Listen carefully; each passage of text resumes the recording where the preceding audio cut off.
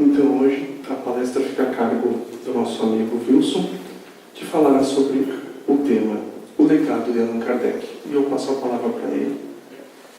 Que bom vê-los atentos e com o rosto um tanto quanto preocupado, percebo, em razão dos transtornos técnicos que nós tivemos há pouco, mas graças ao Paulo César e ao Lucas foram resolvidos com a assistência espiritual.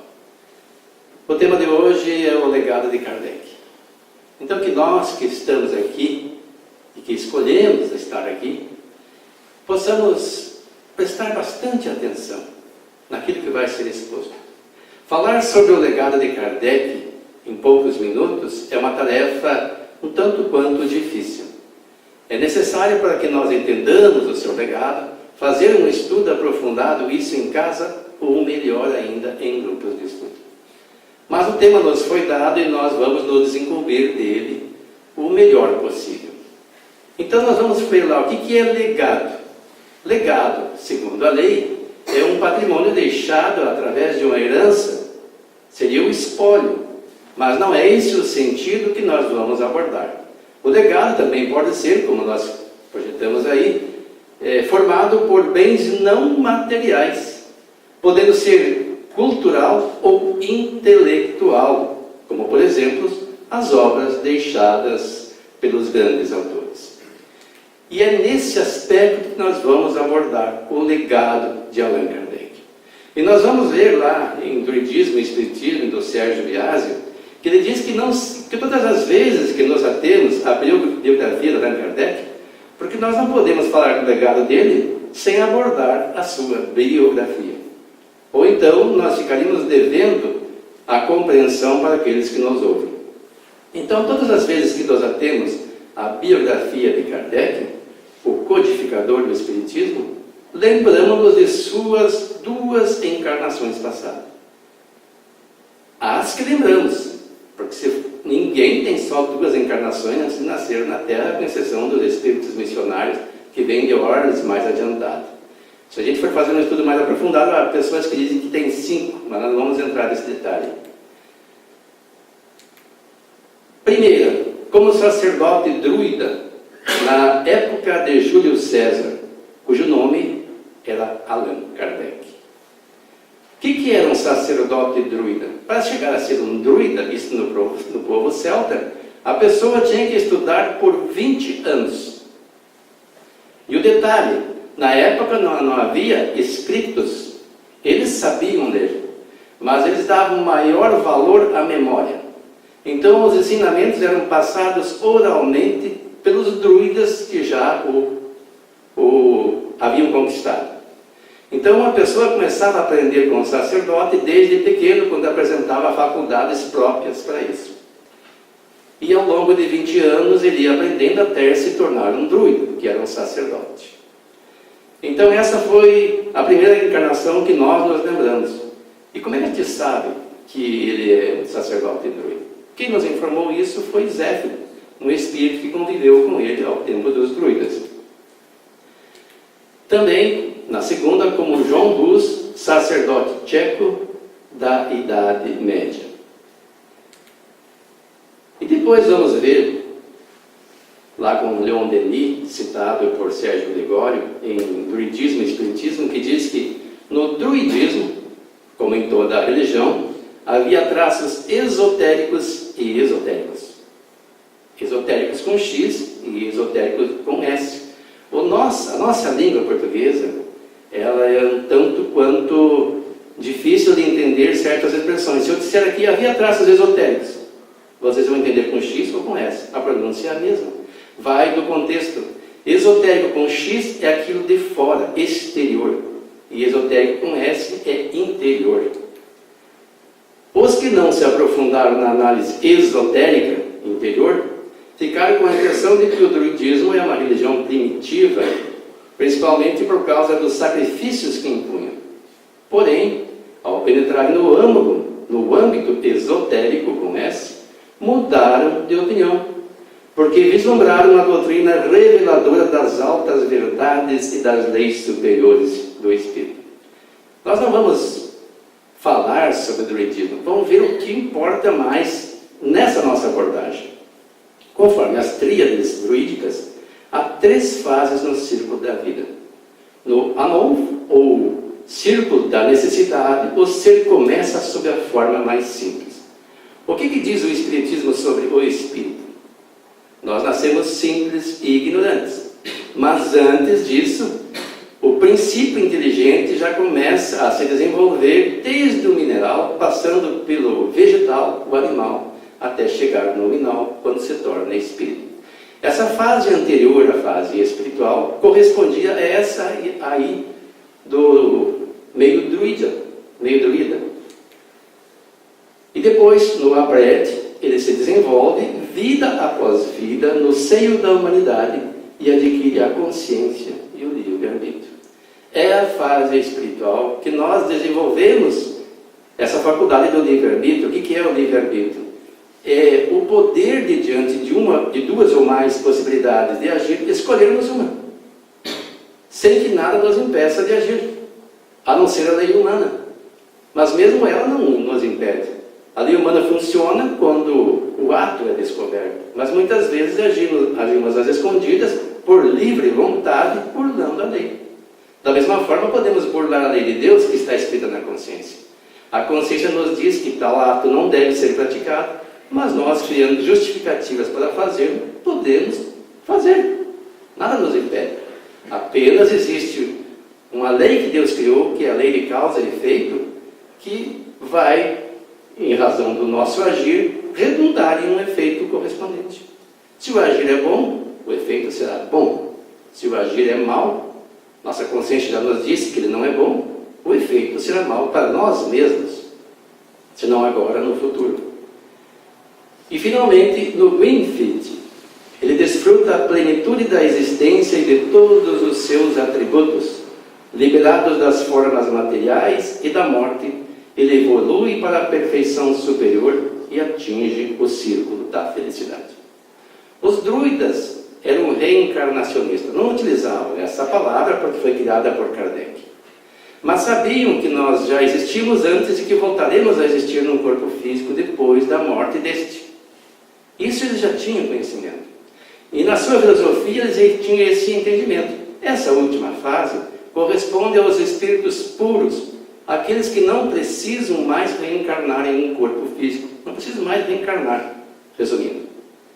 Eles já fizeram todo o progresso possível que os corpos físicos nos permitem fazer nos mundos habitados, que são 5 fases que nós não vamos abordar aqui. Cabe isso aos grupos de estudo. 5 fases, a grosso modo, porque nós vamos pegar, por exemplo, o nosso de provas e expiações, vamos ver que ele é bem extenso.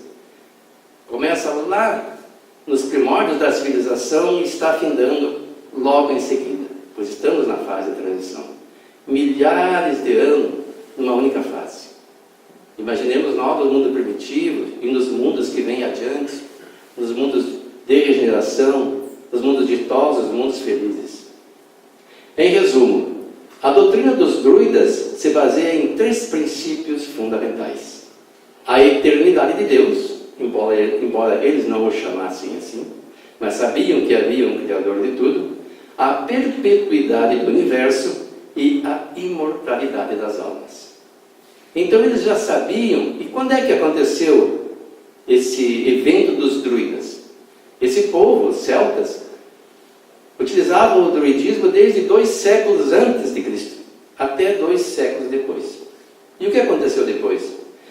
Eles foram dominados pelo Império Romano e aos poucos foram aceitando o cristianismo, que na época era o cristianismo ainda primitivo, aqueles sem os enxertos, sem as modificações que ao longo do tempo foram feitas.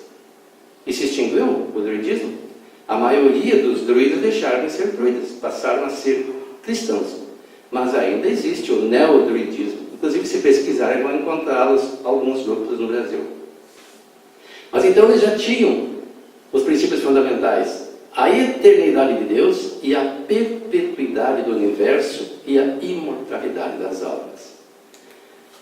Depois, como John Hus, segundo Henrique Eliseu Boldovino, na revista Reformador, ele diz: segundo o distinto pesquisador espírita Canuto Abreu, A notícia de Jean Hus ter reencarnado como Allan Kardec veio em 1857, através da psicografia da médium Hermance Dufault.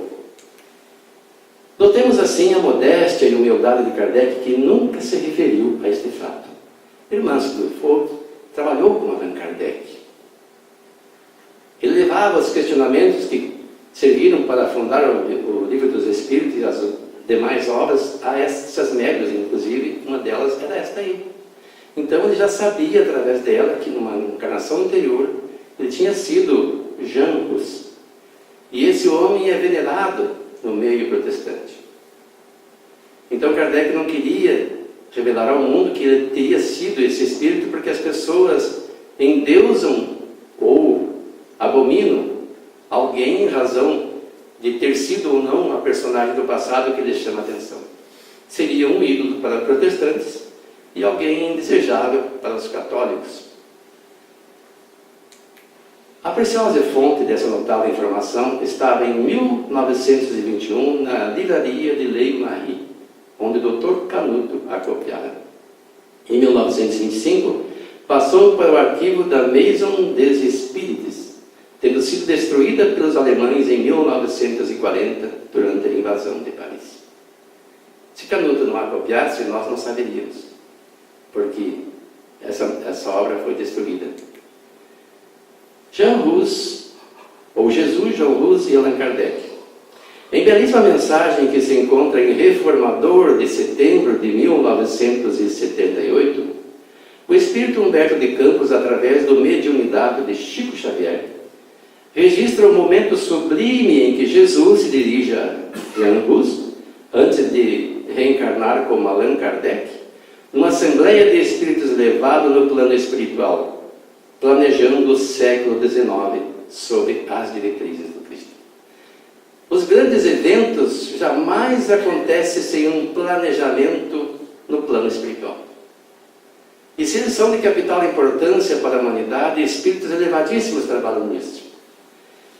Quando Jesus estava prestes a ser crucificado, ele dizia que não nos deixaria órfãos, mas mandaria o Consolador, para trazer informações novas que ainda não podiam ser conhecidas e relembrar aquelas que haveriam de ser esquecidas. E esse advento da vinda de Kardec à Terra era uma programação para que o Consolador viesse. Porque o mundo já havia progredido o suficiente para entender coisas que ao tempo de Cristo nós não entenderíamos. A ciência evoluída, muitas informações novas agora iluminavam as mentes de todos nós. E então Cristo conversa com Jean Hus. Depois de se dirigir aos numerosos missionários da ciência e da filosofia, destinados à renovação do pensamento no mundo do século XIX, veja bem, não foi só Kardec que encarnou nesse século. Ele fala aqui a numerosos missionários da ciência e da filosofia. Se formos estudar a história da ciência e da filosofia, foi um século pródigo desses personagens que alavancaram o pensamento e que alavancaram a ciência. O mestre aproximou-se do abnegado Jean Hus e falou generosamente: não serás portador de invenções novas. Não te deterás no problema de comodidade material, a civilização. Nem receberás a mordomia do dinheiro ou da autoridade temporal. Mas deponho-te nas mãos a tarefa sublime de levantar corações e consciências. É indispensável estabelecer providências que amparem a fé, preservando os tesouros religiosos da criatura. Confio-te a sublime tarefa de reacender as lâmpadas da esperança no coração da humanidade. O Evangelho do amor permanece eclipsado no jugo de ambições desmedidas dos homens viciosos. E mais adiante prossegue: vai, meu amigo, abrirás novos caminhos, a sagrada aspiração das almas, descerrando a pesada cortina de sombras que vem absorvendo a mente humana. Na restauração da verdade, no entanto, não espere e os louros do mundo, nem a compreensão dos tesouros contemporâneos. Ante a emoção dos trabalhadores do progresso cultural do orbe terreno, o abnegado João Rus recebeu a elevada missão que lhe era confiada, revelando a nobreza do servo fiel entre júbilos de reconhecimento. Daí a algum tempo, no albor do século XIX, nascia Allan Kardec, em Lyon, por trazer a divina mensagem. E nós pegamos nesse site que está ali em cima, que é da febnet.org, a seguinte informação. Em Lyon, em 3 de outubro de 1804, no alvorecer do século, nasceu de antiga família leonesa com o nome Rivail. Denisard Hippolyte Léon Rivail, assim estava no seu registro. Nascido às 7 horas da noite, filho de Jean-Baptiste Antônio Rivail, magistrado, juiz, e Jeanne do Rabel, sua esposa, residentes em Lyon, Rua Sala, número 76. Aos 10 anos, Hippolyte foi enviado a Yverdun, na Suíça. 10 anos, uma criança ainda, para aprender com Pestalozzi aquilo que lhe era possível aprender em tenra idade. Personalidades de destaque mandavam seus filhos para lá, porque era um ensino diferenciado. As crianças realmente absorviam o conhecimento. Não lhes era nada imposto. Elas aprendiam por livre e espontânea vontade. Era um método de educação que revolucionou aquele período e que hoje ainda prossegue revolucionando. E aos 20 anos, mais ou menos, Kardec retorna à Europa, com toda uma bagagem de conhecimento que adquirira diante do grande mestre. E começa a desenvolver obras que alavancariam aquele momento na França, dentro da ciência, dentro do método de educação, dentro da literatura, traduzindo obras do alemão para o francês, porque ele era um poliglota, entre outras línguas. Criou um colégio onde ensinava gratuitamente para jovens que não tinham poder aquisitivo, aquilo tudo que aprendera com Yverdun, e também aqueles outros que podiam pagar. Mas, diga-se de passagem, que quase todas as realizações posteriores a 1832, ano do seu casamento, se originaram ou se fortaleceram nas palestras costumeiras entre ele e a esposa. Nós percebemos aqui que ele conversava com a sua esposa.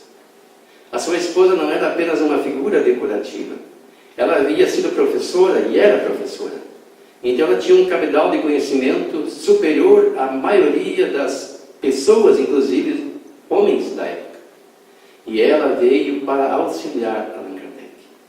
Kardec conversava com ela, transmitia ela suas ideias. Ele era adepto, naquela época, do magnetismo.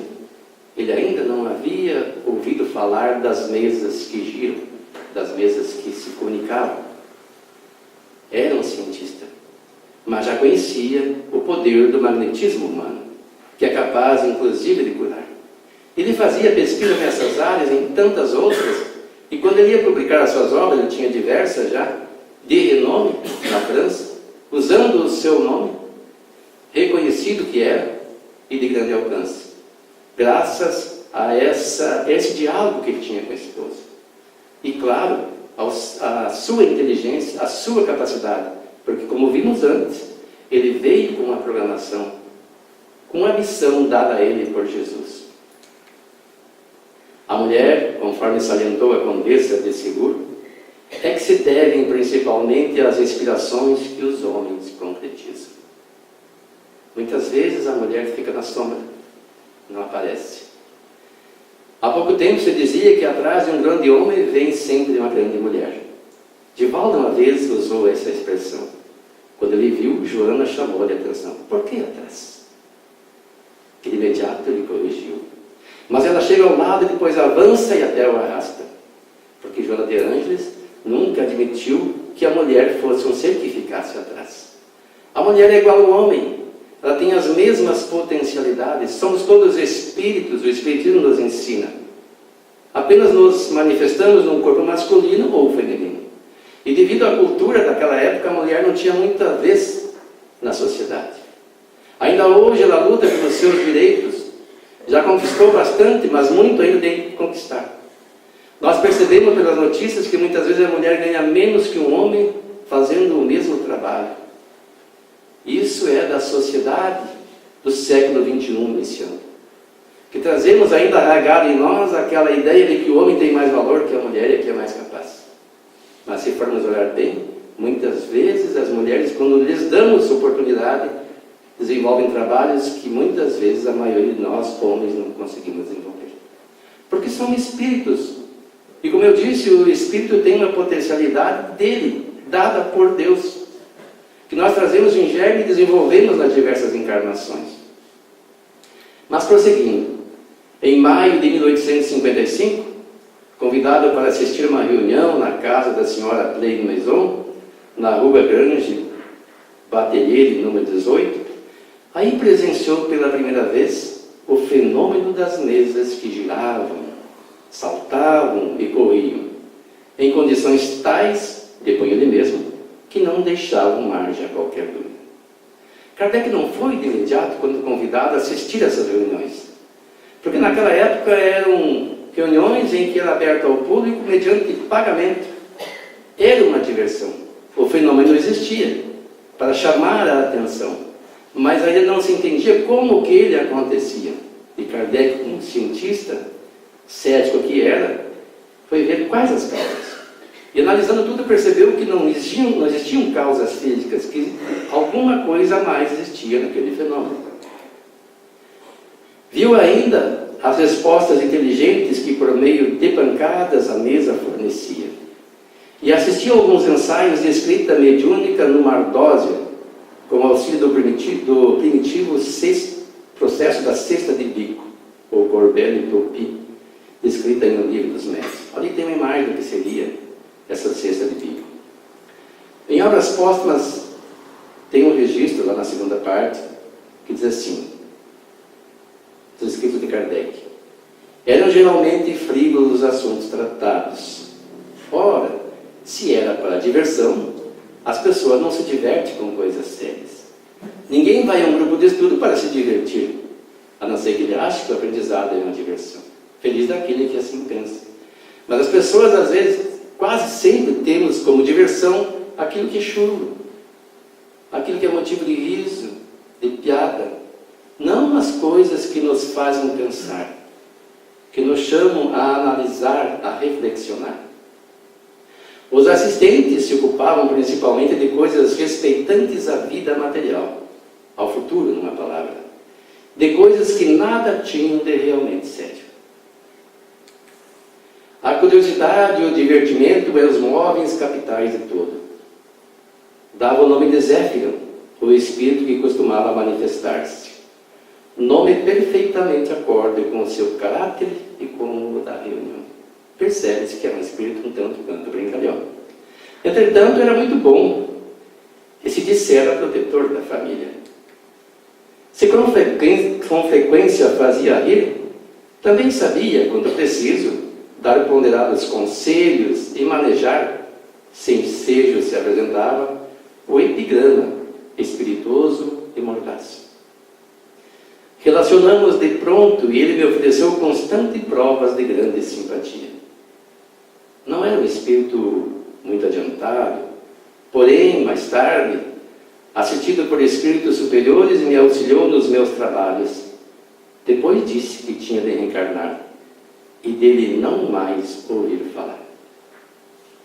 Mas enquanto isso, ele já tinha revelado que Kardec havia sido um companheiro dele ao tempo das galhas, que era um druida, e que se chamava naquela época Allan Kardec.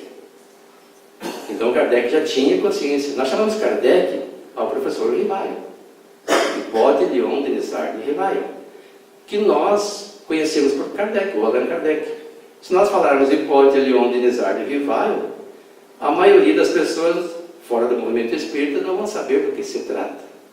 Quem foi esse? A não ser que a pessoa tenha estudado a literatura francesa e tenha conhecimento da cultura europeia. Um dos primeiros resultados que colhi das minhas observações foi que os espíritos, nada mais sendo do que as almas dos homens, prossegue Kardec, não possuíam nem a plena sabedoria, nem a ciência integral. O que ele está dizendo aí? Os espíritos, o que são? São aqueles que viveram na Terra, ou viverão, ou talvez nunca venham a viver na Terra, mas são aqueles que já habitaram corpos materiais, aprenderam um tanto e desencarnaram. O que eles sabem lá? Aquilo que aprenderam aqui e um pouco mais que aprenderam lá. Mas não difere muito um espírito, por exemplo, nós podemos citar o Padre Quevedo, que há pouco esteve conosco. Será que ele mudou o seu pensamento? Ele está aprendendo coisas novas que aqui ele não tinha condições nem de aceitar, mas continua sendo o Padre Quevedo. O Raul Seixas, ele mudou a sua personalidade? Não podemos dizer que sim nem que não, porque já faz tempinho que ele desencarnou. E como ninguém para, ele deve ter aprendido alguma coisa a mais. Mas vamos pensar em alguém que desencarnou há pouco tempo.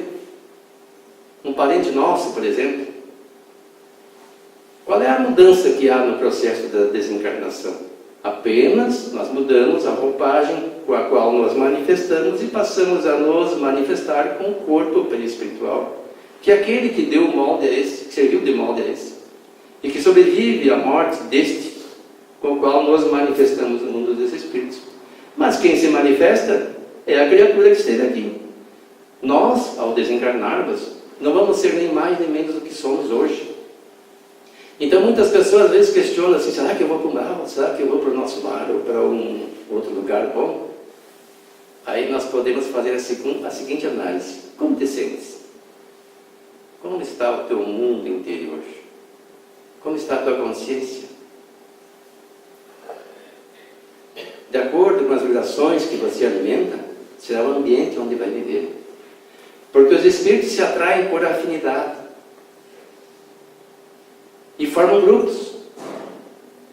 Então, se a pessoa vive perturbada, de mal com todo mundo, tem dificuldade em perdoar o semelhante, odeia, quer trucidar os outros, alimenta ódio, ela vai viver, é quase certo, ou é certo, podemos dizer, num lugar de ódio, de violência e de desamor. E que lugares são esses? As regiões de um grau inferior. Então a gente pode fazer desde já uma análise. Que o saber de que dispunham se circunscrevia ao grau que haviam alcançado de adiantamento. E que a opinião deles só tinha o valor de uma opinião pessoal. A opinião de um espírito é a opinião de um espírito, como a de qualquer um de nós. Ah, mas o tal do espírito diz tal coisa. É a opinião dele. Se nós somos espíritas, temos que ficar com Kardec. Kardec usou a opinião geral dos espíritos avançados para fazer as suas obras, as obras básicas. Ele buscava ver onde havia discordância ou concordância e onde a maioria pensava de uma forma tal, de forma coerente, de acordo com a razão, é o que ele aceitou para colocar na doutrina. Porque ele analisou o mundo espiritual de todas as classes de espírito, porque nós não podemos conhecer uma região sem conhecer todos os que lá habitam. Se nós formos a uma cidade, Porto Alegre, por exemplo, eu conheço Porto Alegre. Com quem tu falou que mora lá? Você foi aos bairros, às periferias? Ou ficou só no centro, no shopping? Então nós não conhecemos Porto Alegre. Da mesma forma, para conhecer o mundo espiritual, temos que conhecer todos os espíritos que por lá transitam.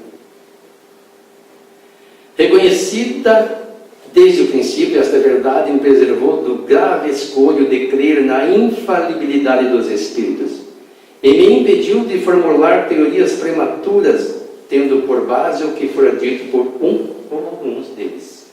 Então o espírito não é infalível. Infalível só Jesus. Qualquer espírito não tem a perfeição de Jesus, por mais evoluído que seja. Então são opiniões pessoais, é preciso ver a uniformidade da opinião deles. O simples fato da comunicação com os espíritos, dissessem eles o que dissessem, provava a existência do mundo invisível no ambiente. Já era um ponto essencial, um imenso campo aberto às nossas explorações. A chave de inúmeros fenômenos até então inexplicados. O segundo ponto, não menos importante, era que aquela comunicação permitia se conhecesse o estado desse mundo, seus costumes, se assim nos podemos exprimir.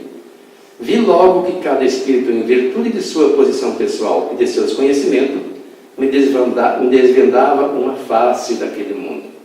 Do mesmo modo que se chega a conhecer o estado de um país, interrogando habitantes seus de todas as classes, não podendo um só, individualmente, informar-nos de tudo, e nenhum grupo separado em um determinado ambiente. Compete ao observador formar o conjunto por meio dos documentos colhidos de diferentes lados, colecionados, coordenados e comparados uns com os outros, conduzindo, pois, com os espíritos, como houvera feito com os homens. Vejam a bagagem desse homem.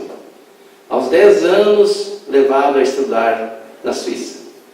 Aprendera toda uma metodologia de estudo que aplicara até esta idade. E agora a mesma metodologia ele aplicava para conhecer o mundo espiritual. Para mim, eles, os espíritos, foram do menor ao maior meios de me informar, e não reveladores predestinados. Até ali, até quando ele começou a frequentar as sessões em casa do Senhor Budan, nenhum fim determinado tinham tido. Não tinha um fim, era só para divertimento ou por curiosidade. Tentei lá obter a resolução dos problemas que me interessavam do ponto de vista da filosofia, da psicologia e da natureza do mundo invisível.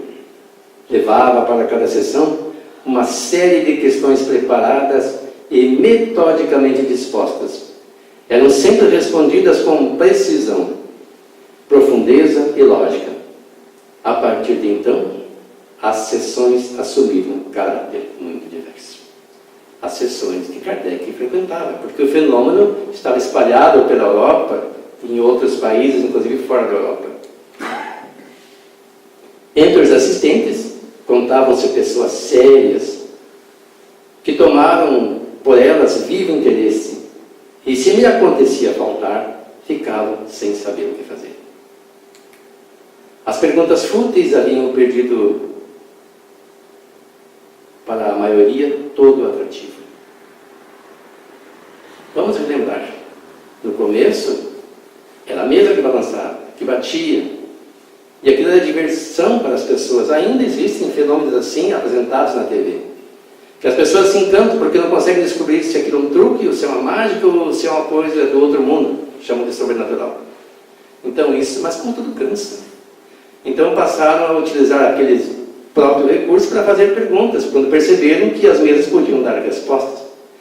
Inventaram um método de sim e não, conforme as pancadas, e mais tarde, por número de pancadas, a letra do alfabeto. Era um processo demorado, mas funcionava. E depois passaram a fazer uma espécie de psicografia, colocando um lápis na ponta de uma cestinha, em que 2 ou mais médicos colocavam a mão em cima, para provar que não era movimento do médico voluntário, porque 2 não podem fazer o mesmo movimento numa escrita. E saíam textos redigidos. Então, nesse momento em diante, com a presença de Kardec, que começou a levar o assunto a sério, as perguntas fúteis foram deixadas de lado. Porque perceberam ali um campo imenso a explorar, que deveria ser aproveitado. Eu, a princípio, cuidar apenas de instruir. O que ele está dizendo aqui? As pessoas curiosas querem aprender. Kardec era um cientista, e o cientista é curioso. E era um filósofo, e o filósofo vive de indagar e buscar respostas. Então ele queria instruir-se. Mais tarde, quando vi que aquilo constituía um todo e ganhava as proporções de uma doutrina, tive a ideia de publicar os ensinos recebidos para a instrução de toda a gente. As pessoas de bem, que adquirem valores que servem para conduzir-se na vida, que percebem que aquilo lhes é muito útil para deixar os equívocos no passado e agir melhor dali em diante, procuram transmitir aos demais os mesmos ensinamentos que agora lhes servem de baliza para a boa condução. E assim aconteceu com Kardec. Ele percebeu que eu tinha um manancial de ensinamentos que poderia revolucionar o conhecimento na área da filosofia e da religião da humanidade, mudando o pensamento das pessoas. Foram aquelas mesmas questões que, sucessivamente desenvolvidas e completadas, constituíram a base do Livro dos Espíritos. O Livro dos Espíritos, meus irmãos, foi publicado em 18 de abril de 1857, com pouco mais de 500 questões respondidas. Essas questões que Kardec fazia aos Espíritos.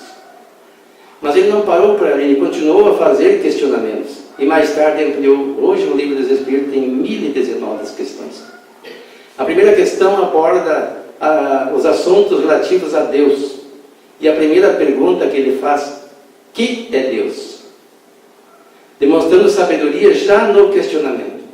Ele não pergunta quem é Deus, porque se perguntasse quem é Deus, traria a ideia de que Deus é uma criatura, um homem, sei lá o que se personifica facilmente aqui na Terra. Mas ele perguntou: o que é Deus? Que é isto que organiza o universo, que nos dá a vida, que faz tudo funcionar perfeitamente, de forma encadeada? Nós olhamos na Terra e ficamos encantados, desde o vírus até o maior dos mamíferos, tudo funciona de forma ordenada. Vez que outra há algum desequilíbrio provocado pelo próprio agir do homem, por ignorância, e que promove inclusive o seu crescimento, que diante do desafio procura a solução e até hoje tem encontrado e sempre vai encontrar. E isso nos traz o progresso. Mas que é isso que nós não entendemos? E que até então as religiões traziam como personificado em um homem, um velhinho de barbas brancas que ficava lá como nos dirigindo, feito marionetes, e condenando uns para o fogo do inferno porque erraram, e outros para o paraíso porque cumpriram aquilo que ele determinara que deveria ser cumprido.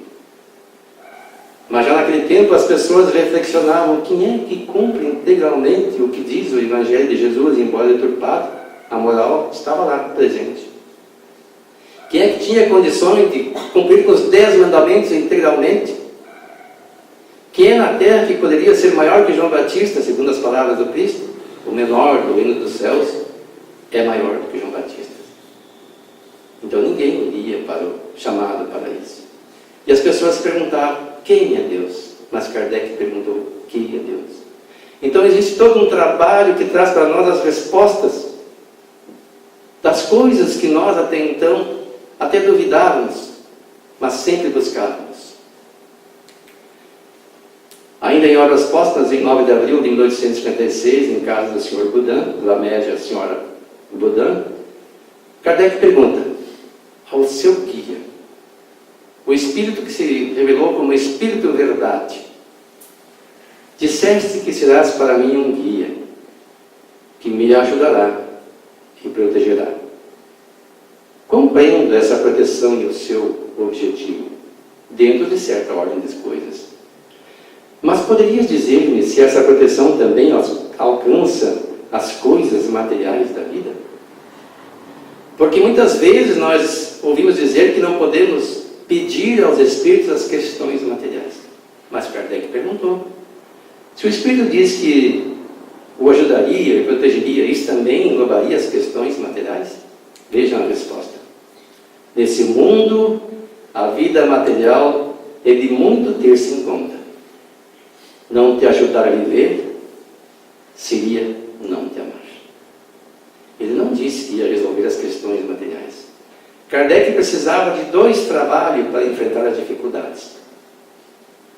Porque ao longo da sua vida teve reveses, não por incúria sua, mas das pessoas com quem se associaram, inclusive parentes, que perderam os recursos e ele teve que recomeçar. mas nunca esmorecer. E ele faz uma nota. A proteção desse espírito, cuja superioridade eu então estava longe de imaginar, jamais, de fato, me faltou. A sua solicitude e a dos bons espíritos que agiam sob suas ordens se manifestou em todas as circunstâncias da minha vida. Quer a me remover dificuldades materiais, quer a me facilitar a execução dos meus trabalhos, quer, enfim, a me preservar dos efeitos da malignidade dos meus antagonistas, que foram sempre reduzidos à impotência. Onde estavam os antagonistas de Kardec? A maioria fora do movimento.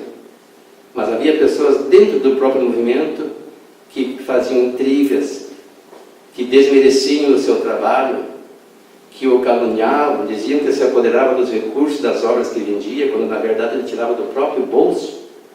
A Revista Espírita, publicada em janeiro do ano seguinte ao que foi publicado o Livro dos Espíritos, ele bancou com seus próprios recursos. Se as tribulações inerentes à missão que me cumpria desempenhar não me puderam ser evitadas, quando a pessoa abraça uma causa, não pode pensar que ela vai viver com facilidades. Cristo não teve facilidades. O que podemos esperar de nós? Nós não temos 1/1000º das dificuldades que Cristo teve. Mas não teremos só facilidades. Teremos que ter vontade de prosseguir, assim como Kardec. Então ele prossegue. Não me puderam ser evitadas, foram sempre suavizadas e largamente compensadas por muitas satisfações morais gratíssimas. A satisfação moral de fazer o trabalho na seara do Cristo, de cumprir com o projeto que a pessoa assumiu antes de encarnar, é para aquele que assim procede algo que nós precisamos experimentar. Quando nós nos dermos conta e adquirirmos a consciência de que não existe uma vida sem um projeto, e que a missão não precisa ser grandes obras dentro da própria família, no ambiente onde trabalhamos, na sociedade, nós podemos, pelo exemplo, cumprir uma missão. Orientando os filhos, ajudando um necessitado onde quer que estejamos. As oportunidades sempre aparecem. Muitas vezes, a pessoa vê alguém na rua, um necessitado, e devido a esse mundo conturbado em que nos encontramos, pensamos que é um assaltante, um vagabundo, usando o termo pejorativo que as pessoas utilizamos, alguém viciado que quer nos explorar. Existem muitos assim, mas nem todos assim são. E os Espíritos sondam as necessidades desses irmãos que, em pensamento, numa forma de prece, pedem socorro, trabalham com os recursos que têm, mas os que ganham é insuficiente. E numa necessidade extrema, o Espírito sopra, pede para aquela pessoa que está passando. E às vezes a gente repele. Mas quando a gente ouve e percebe que por outras pessoas que estão ao nosso lado e que dizem que conhecem aquela necessidade e que se prontificam a auxiliar, nós temos também a obrigação moral de utilizar os recursos que dispomos em auxiliar esse alguém. E não sermos mesquinhos, porque para os filhos damos tudo, até o que não temos. Esquecemos que os nossos irmãos não são só aqueles da família consanguínea. Somos todos irmãos pelo Criador, filhos do mesmo Pai. E não há como ser feliz na terra enquanto tiver um que chora ao nosso lado. A nossa felicidade vai ser relativa, mas nunca plena. E aquele que faz uma boa ação e percebe que o seu irmão teve o seu sofrimento diminuído, desenvolve em si uma satisfação, independentemente do reconhecimento da sociedade ou daquele que recebeu o benefício. Mas todo aquele que é beneficiado, se não hoje, mais tarde, vai perceber que em um momento uma alma caridosa o auxiliou. E esse bem que ele recebeu, quando tiver condições, ele vai reproduzir. E a humanidade vai melhorar. E essa condição de mundo de provas e expiações se extinguirá aos poucos. Já começou a se extinguir. Apenas valorizamos as coisas difíceis, aquilo que dá notícia e que excita os sentidos, esquecendo de perceber as grandes ações beneméricas que a sociedade já desenvolve. Nunca houve tantas organizações fazendo bem. Nunca as religiões se dedicaram a auxiliar os necessitados como hoje. Muito ainda temos que fazer, mas bastante já avançamos. E nós podemos dizer, tranquilamente, que o legado de Kardec são as suas obras, principalmente essas aí projetadas, as chamadas obras básicas, começando pelo Livro dos Espíritos, depois o Livro dos Médiuns, o Evangelho segundo o Espiritismo, o Céu e o Inferno, que trata de toda a comunidade do plano espiritual. Onde são entrevistados aqueles das mais íntimas condições, das mais elevadas, para nós termos uma ideia de como eles se encontram e o que os levou a assim se encontrar. E dali tirarmos conclusões de como será a nossa estada no mundo dos espíritos. Porque nós sabemos como agimos hoje. A sociedade nos vê de uma forma que nós representamos, mas interiormente nós sabemos quem somos. Quais as nossas dificuldades, quais as nossas virtudes já conquistadas, e que não são poucas. Porque se fizermos uma análise desde nós, desta encarnação, aqueles que já estudamos essas obras, que já esmiuçamos o Evangelho de Jesus, que já reflexionamos, deixamos de fazer muitas coisas que fazíamos por ignorância, ou porque achávamos desculpas para assim proceder. Já avançamos um tanto. Muito ainda temos que avançar. Também nós temos aqui a Revista Espírita, desde 1858, como eu disse, no ano seguinte, em janeiro, a publicação do Livro dos Espíritos, até 1869. Então, o legado de Kardec para nós é este conhecimento. Esse conhecimento que nos faz agora compreendermos o verdadeiro sentido da vida. E que as dificuldades que muitas vezes encontramos são decorrentes dos equívocos nossos. E que muitas vezes nós alimentamos a ideia de fuga. Quantos já pensaram em suicídio? Mas aqueles que estudando o Livro dos Espíritos dificilmente vamos levar adiante um pensamento desses quando ele nos ocorrer, se é que venha a nos ocorrer. Porque nós agora entendemos que a vida é eterna e que não morre a consciência com a morte do corpo, mas ela leva uma bagagem de tudo aquilo que aprendeu, como também um peso de tudo aquilo que fez de errado, que precisa ser reparado. Está difícil? A fuga vai tornar mais difícil ainda, porque estaremos transgredindo a lei de Deus. Como eu disse, somos livres para agir, mas temos que colher os frutos do nosso agir. Agredindo o corpo, não é só o corpo que vai ser lesionado. O perispírito está preso ao nosso corpo com um balão ou um poste. Se agitarmos o poste, o balão vai ser agitado. Se derrubarmos o poste, o balão vai ser derrubado.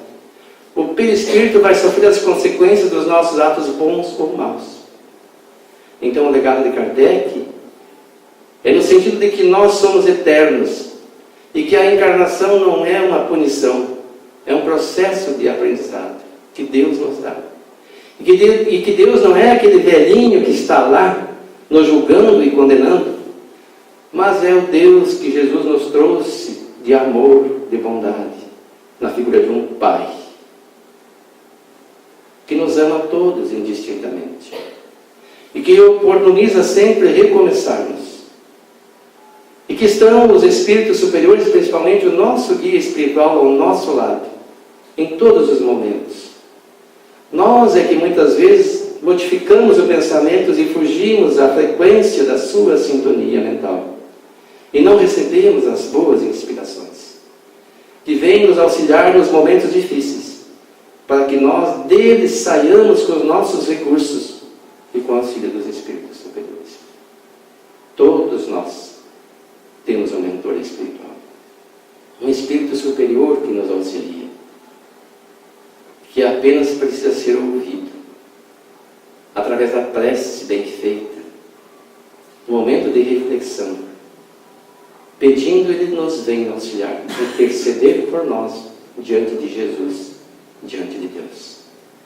Então, que esse legado de Kardec, de seriedade, de estudo, de valorizar as coisas sérias, de colocar em prática aquilo que os Espíritos superiores nos ensinaram, possa servir para nós como um guia seguro, para sairmos da nossa vida material presente, possamos estar um pouco melhor do que quando para cá viemos.